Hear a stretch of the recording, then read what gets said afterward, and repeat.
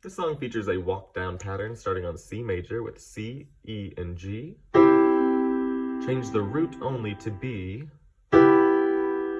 followed by A minor, A, C, E, followed by a G major chord, then an F major chord, back to G major, G, B, D.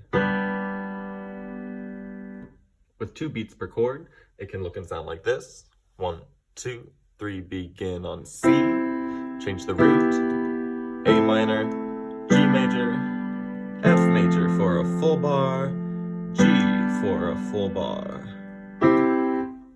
In 2 hands, the pattern could look and sound like this. Beginning on C, 2, 3, 4.